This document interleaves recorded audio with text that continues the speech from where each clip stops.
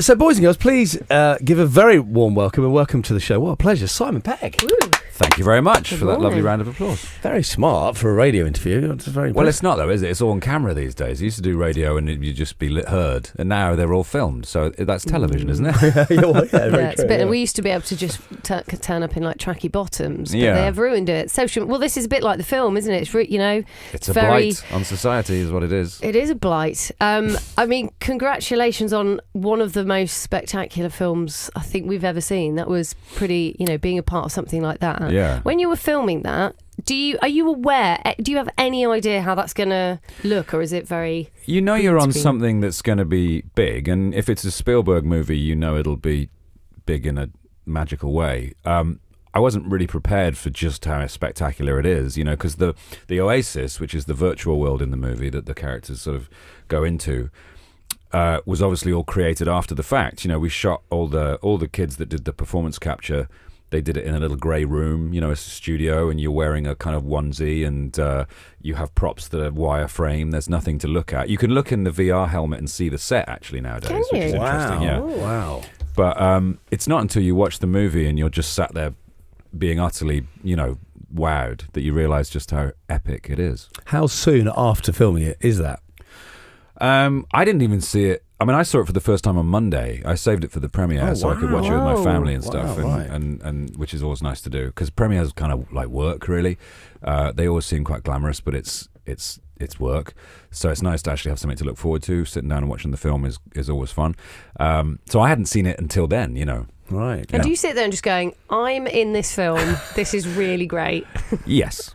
I mean, me and Ty Sheridan, who plays Parcel Wade, the lead character, we went to a Comic-Con in Brazil just before Christmas, and they debuted the trailer, and either of us had seen nothing, and we sat there and watched the trailer with this big audience of sort of Brazilian Comic-Con attendees, and it was extraordinary. That was extraordinary. Watching the film was something else. I mean, that was just Because mad. the race scenes in it I felt myself just with my mouth open and constantly having to close my mouth because it's just because of what you can do in film now. Yeah. It's just it blows your mind to watch a race scene like that, doesn't it? It does, and the important thing I think with this though is that there are two worlds in the movie. You've got your live action world, which is the real world, our world, and then there's the virtual world. And obviously anything can happen in the virtual world, but there's jeopardy because in the real world there are genuine costs. There's not just your friendships and your relationships, but your life can also end, and that would end everything. So even though you're in this kind of make-believe world where you can respawn and die and drop all your coins,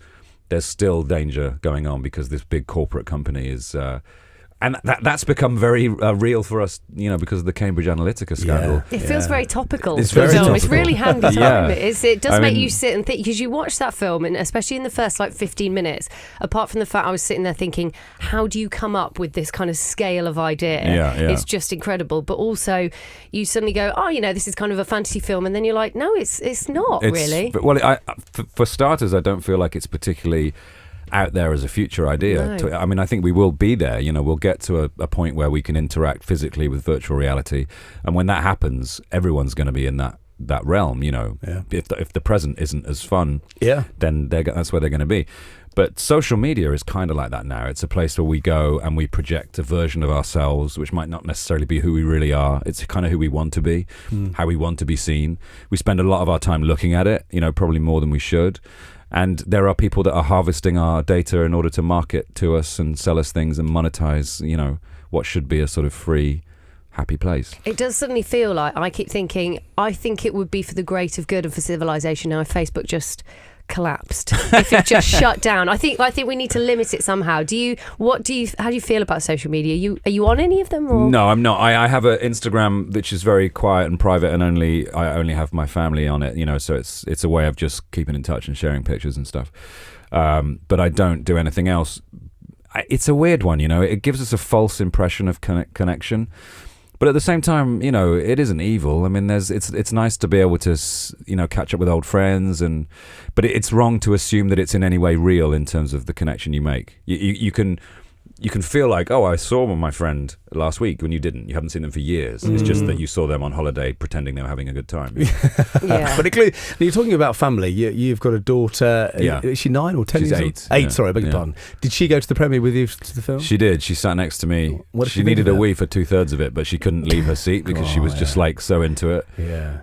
Does she understand it as a concept? She did. I mean, the thing about this movie is that you kind of have to see it more than once, and I don't mean that in a kind of cynical go and see this more than once way, because however you want to do it, you don't have to see it at the cinema. You can watch it when it finally comes out at home, whatever. I'm not just being go and see this more than once. Spend more money on me. Yeah, because you watch the story, and then you can then just sit back and watch the visuals, and then you can sit back and play cultural bingo with all the references that are in it. She got it.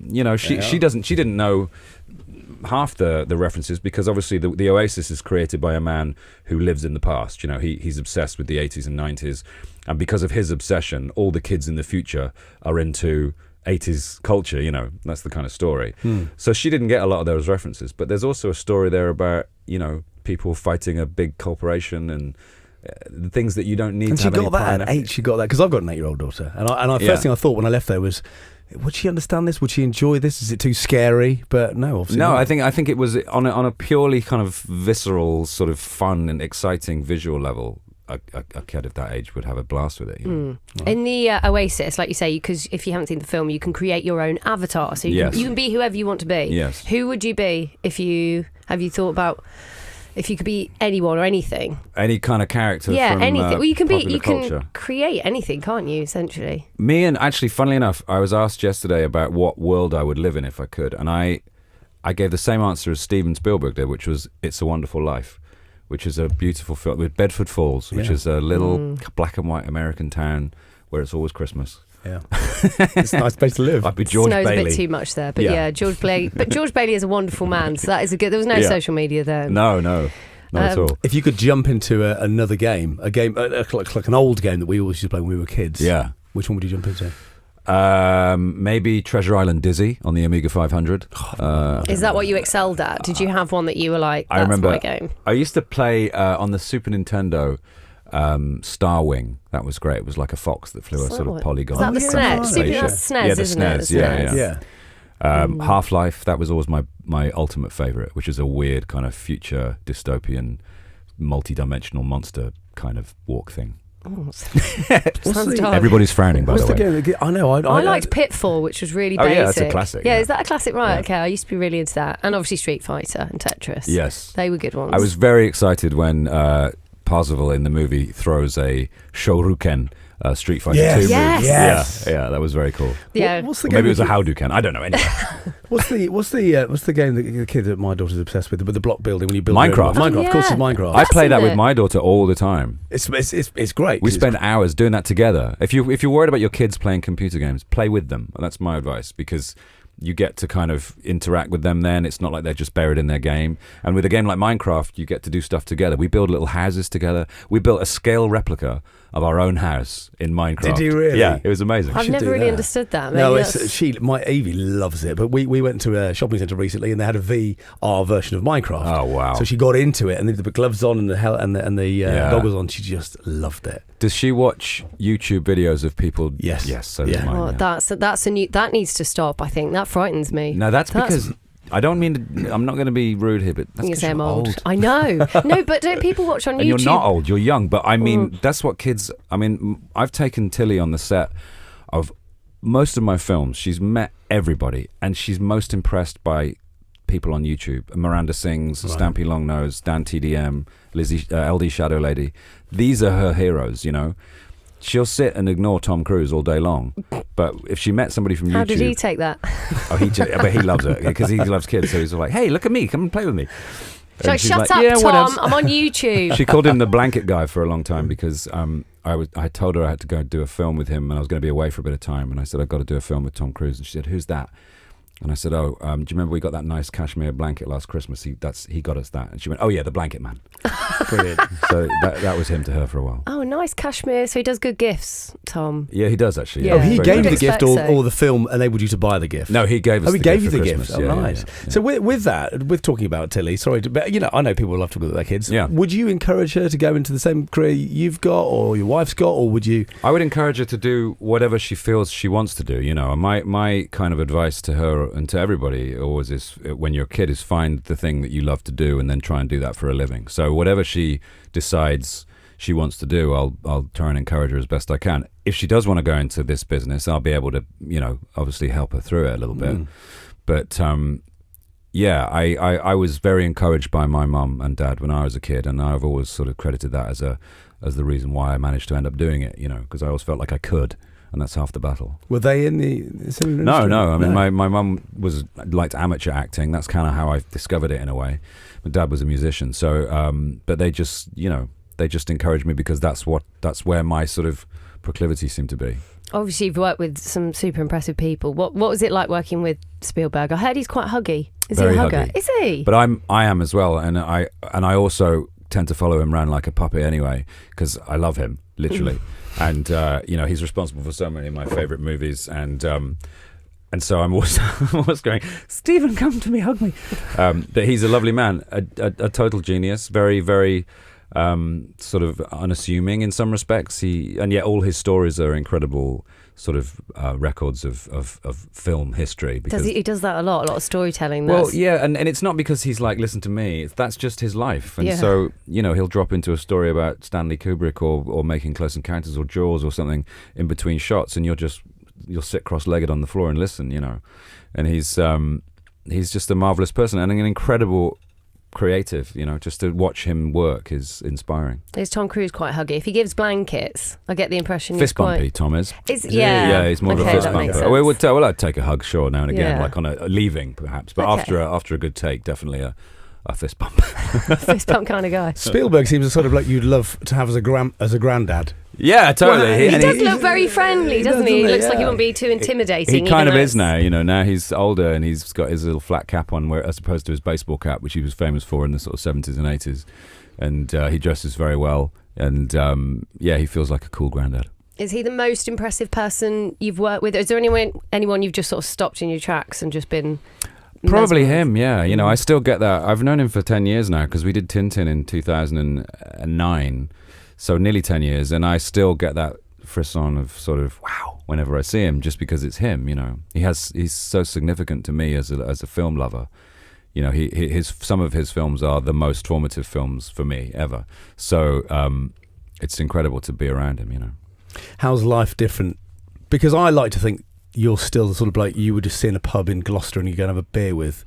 Is that true, or are you just LA darling and champagne all the way? I don't drink for a start. You don't drink? Okay. But no, I mean, there's that weird sort of, there's nothing in between those sort of stereotypes. You're either the kind of the everyman like guy, vegan, down the guy, yoga, or you're some sort of Hollywood Nazi. I don't live out there. I live in Hertfordshire, and I work out there occasionally, and the industry that exists there is a global one. So like Ready Player One and Mission Impossible, the last two Mission Impossibles have been shot in Watford, which isn't that far from my house. No.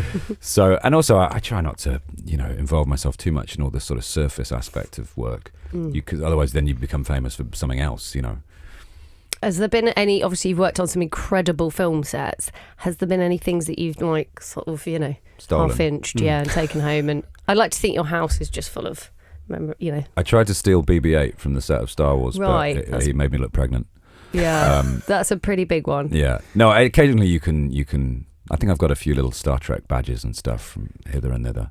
Usually, though, the props are like, when you're there on the day, you don't really want them because they're they're needed. A, they're needed, and B, they're just going to chuck them away anyway. So. Oh.